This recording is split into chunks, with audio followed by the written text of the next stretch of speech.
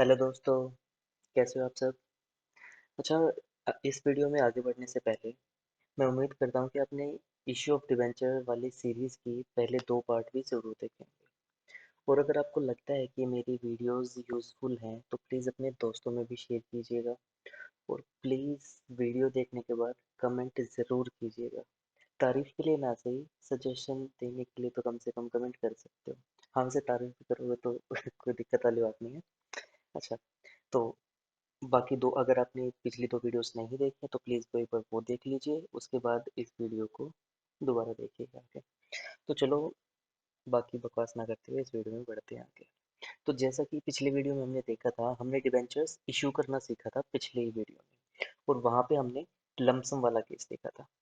इस वीडियो में हम देखेंगे, अकाउंटिंग करना सीखेंगे कि जब हम डिबेंचर्स को इशू करते हैं कैश के बदले में, और जब पैसा हमें मिलता है इंस्टॉलमेंट में, तो उसकी अकाउंटिंग कंपनी अपनी बुक्स में किस तरीके से करती है। तो देखिए, हमारा पॉइंट है सबसे पहला, जब कंपनी इशू करती है अपने डिबेंचर्स, और जो भी उसका कंसिडरेशन है, जो भी उसका इशू प्राइस है, वो हमें इंस्टॉलमेंट में मिलता है। तो जैसा कि आपने पिछली वीडियो में देखा होगा, 3 तरीके से इशू किया जा सकता है: पार पे, प्रीमियम पे और डिस्काउंट पे। तो चलिए एक एक करके सारी सिचुएशंस को समझते हैं। तो सबसे पहली सिचुएशन है हमारे पास, इशू एट पार। मतलब जब इशू प्राइस और फेस वैल्यू इक्वल होती है तो उसे बोला जाता है इशू एट पार। और जब कंसीडरेशन हमें इंस्टॉलमेंट में मिलती है तो अकाउंटिंग उसकी किस तरीके से की जाती है, चलिए क्वेश्चन के थ्रू समझते हैं।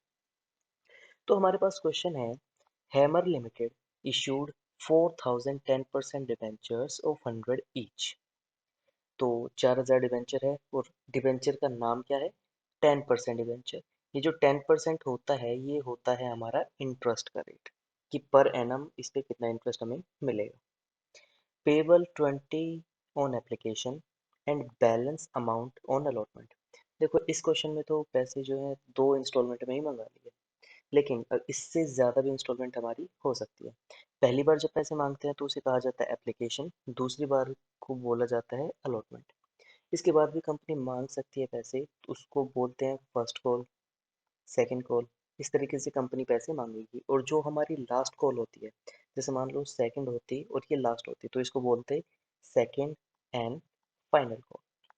ठीक है, तो देखो, the debentures are redeemable after 5 years।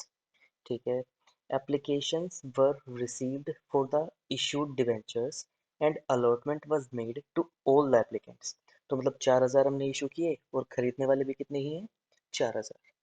The amount was received on due dates। तो जितने भी पैसे हमने मांगे तो इंस्टॉलमेंट में सारे के सारे पैसे हमारे पास आ गए। Pass the journal entries and prepare balance sheet. अच्छा, बैलेंस शीट तो छोड़ो, हम सिर्फ यहाँ पे क्या करेंगे, जर्नल एंट्री डालना सीखेंगे। तो देखिए, सबसे पहली बात, हम कितने डिबेंचर इशू करना चाहते हैं? 4000। फेस वैल्यू बेशक 100 रुपये है, लेकिन एप्लीकेशन के टाइम पे मैं कितने रुपए मांग रहा हूँ? 20। तो हमारे पास कितने रुपए आएंगे? 4000 इंटू 20।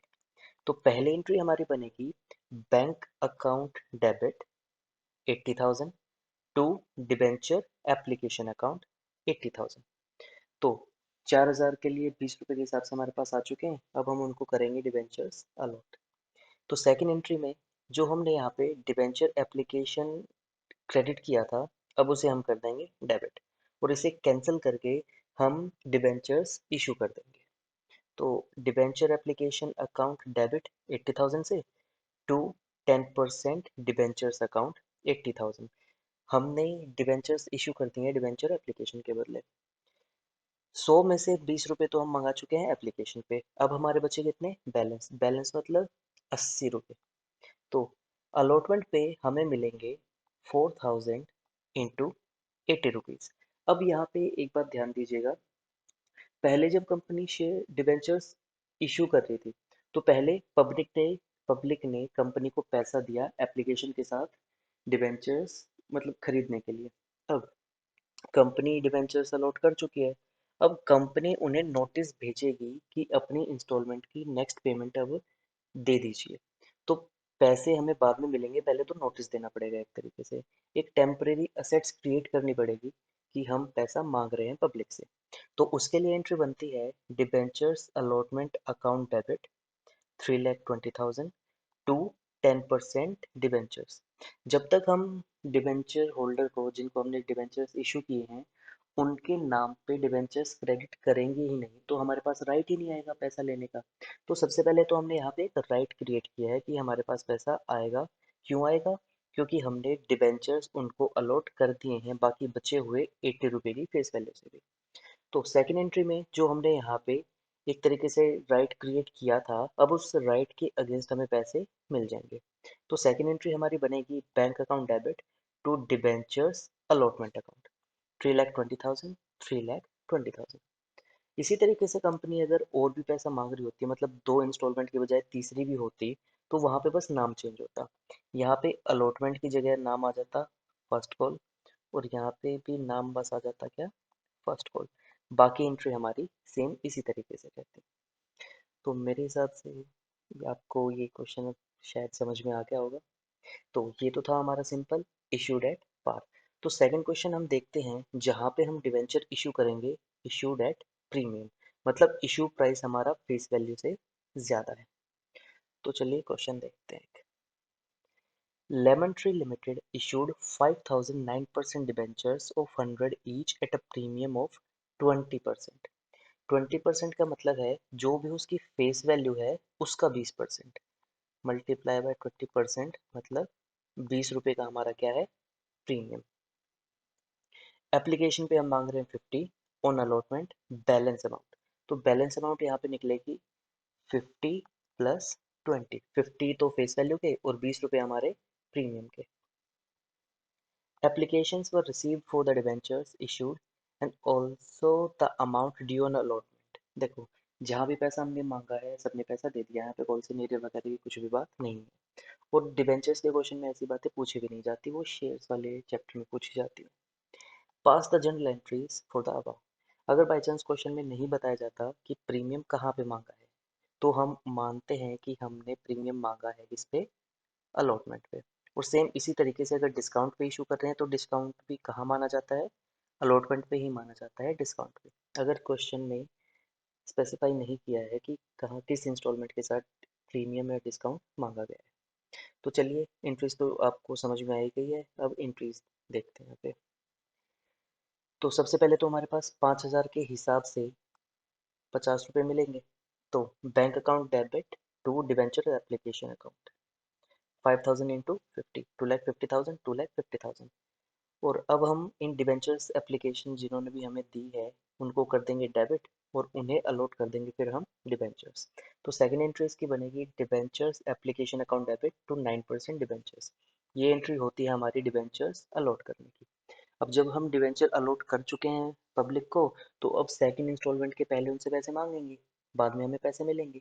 तो सेकंड एंट्री हमारी बनेगी डिवेंचर अलॉटमेंट अकाउंट डेबिट 3,50,000।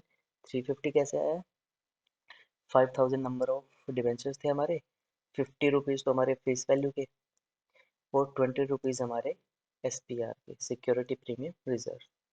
तो 70 इंटू 5,000 आ गया 3,50,000 to 9% debentures to security premium reserve. 9% debenture में जाएगा फेस वैल्यू से मल्टीप्लाई करके, SPR में जाएगा 20 से मल्टीप्लाई करके। तो यह आ जाएगा हमारा 2,50,000 और 1 लाख। अब यहाँ पे जो हमने राइट क्रिएट किया है उसके अगेंस्ट हमें पैसे मिल जाएंगे। तो सेकंड एंट्री बनती है हमारी bank account debit to debenture allotment account 3,50,000 3,50,000। तो ये था हमारा सेकंड क्वेश्चन। जब डिवेंचर्स इशू किए जाते हैं प्रीमियम पे, और जो भी उसकी कंसिडरेशन है वो हमें मिलती है इंस्टॉलमेंट पे। तो तीसरा क्वेश्चन देखते हैं, जब हम डिवेंचर्स इशू करेंगे डिस्काउंट पे। तो देखिए, X Limited issued 20,000 9% debentures of 100 each at a discount of 4%। 4% मतलब 4 रुपए का discount on 1st April 2020, payable 30 on application and balance on allotment। तो बैलेंस कितना बचा, 70। तो यहाँ पे हम लिखेंगे 70 minus 4। The debentures are redeemable after 5 years. Past journal entries for the issue of debentures and writing off discount on issue of debentures. पिछली video में हमने देखा था कि जब हम डिबेंचर्स इशू करते हैं, अगर डिस्काउंट पे इशू कर रहे हैं, तो जो भी डिस्काउंट का एक्सपेंस है हमारा, वो हमें या तो एसपीआर से राइट ऑफ करना पड़ता है या राइट ऑफ करना पड़ता है statement of profit and loss से। तो लास्ट में ये एंट्री भी हमें डालनी पड़ेगी। तो पहली एंट्री है 20,000 शेयर्स के बदले हमें पैसे मिल रहे हैं, तो 20,000 शेयर्स मल्टीप्लाइड बाय कितने रुपए मिल रहे हैं एप्लीकेशन पे, 30 रुपीज़। तो एंट्री बनेगी हमारी bank account debit to debenture application account 6 lakh 6 lakh. अब इनको हम कर देंगे डिवेंचर्स अलॉट, तो सेकंड एंट्री बनेगी debentures account debit to 9% debentures 6 lakh 6 lakh. अब इसकी सेकंड एंट्री जो बनती है, तो वैसे नंबरिंग इस तरीके से देना मैं सही समझता हूँ, जैसे फर्स्ट ए और ये इसकी बन गई बी एंट्री। तो जो सेकंड सिचुएशन है, हमारी सेकंड इंस्टॉलमेंट है, उसकी ए वाले पार्ट देखते हैं अब हम। तो हमारे पास यहाँ पे पैसे आएंगे कितने, 66 के हिसाब से आएंगे। लेकिन एक बात हमेशा याद रखना, जो भी डिबेंचर्स में हम क्रेडिट करते हैं वो करते हैं फेस वैल्यू से, डिस्काउंट हम अलग से शो करेंगे। तो सेकंड एंट्री हमारी बनेगी डिबेंचर्स अलॉटमेंट अकाउंट। यहाँ पे आप एंट्री डालोगे 20,000 इंटू 66 से, और ये एंट्री बनेगी हमारी 20,000 इंटू 4 रुपीज़। तो देखिए, debentures allotment account debit 13,20,000, discount on issue of debentures 80,000 to 9% debentures 14 lakh. 9% debenture में हमेशा फेस वैल्यू से ही मल्टीप्लाई करके दिखाएंगे, यहाँ पे प्रीमियम और डिस्काउंट इग्नोर किया जाता है। तो अब जो हमने राइट क्रिएट किया है उसके बदले पैसे मिल जाएंगे। तो सेकंड एंट्री बनेगी हमारी bank account debit to debentures allotment account 13,20,000 13,20,000। तो हमारे पास यहाँ पे एक डिस्काउंट का एक्सपेंस है 80,000 रुपीज़ का। तो क्योंकि हमारे पास क्वेश्चन में एसपीआर की कोई इन्फॉर्मेशन दी नहीं है, तो सारा का सारा 80,000 हम राइट ऑफ कर देंगे statement of profit and loss account से। और ये एंट्री बनेगी बिल्कुल ईयर एंड पे, मतलब 31 मार्च को। ये चीज़ ध्यान रखना। तो यहाँ पे discount on issue of debentures था हमारा क्रेडिट, तो सॉरी डेबिट, तो इसको ट्रांसफर करेंगे तो क्या हो जाएगा, ये क्रेडिट। तो to discount on issue of debentures, और कहाँ ट्रांसफर करेंगे हम, statement of profit and loss में। तो 80,000 80,000। तो ये तीन क्वेश्चंस थे हमारे जहाँ पे हमने इंस्टॉलमेंट में डिबेंचर्स को इशू करना सीखा था। तो नेक्स्ट वीडियो में मिलते हैं, अदर देन कैश वाले टॉपिक को डिस्कस करेंगे। और प्लीज़ वीडियो के बाद कमेंट ज़रूर कीजिएगा, आपके कमेंट्स देख के मोटिवेशन मिलती है, वीडियो और बनाने का मन करता है किसी तरीके से। तो मिलते हैं नेक्स्ट वीडियो में। और अगर आपको ये वीडियो यूज़फुल लगे तो प्लीज़ अपने दोस्तों में शेयर ज़रूर कीजिएगा, और जल्दी जल्दी मुझे 1000 सब्सक्राइबर तक पहुंचा दीजिएगा, जिससे कि मेरा चैनल भी मोनेटाइज हो सके। बाय बाय, मिलते हैं नेक्स्ट वीडियो में।